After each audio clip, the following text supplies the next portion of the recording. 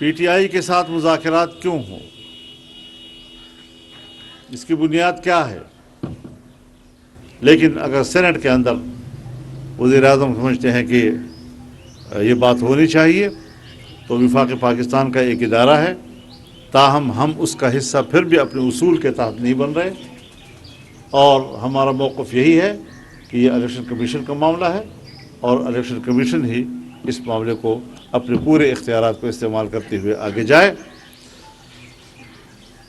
دوسری بات ہم یہ کہنا چاہتے ہیں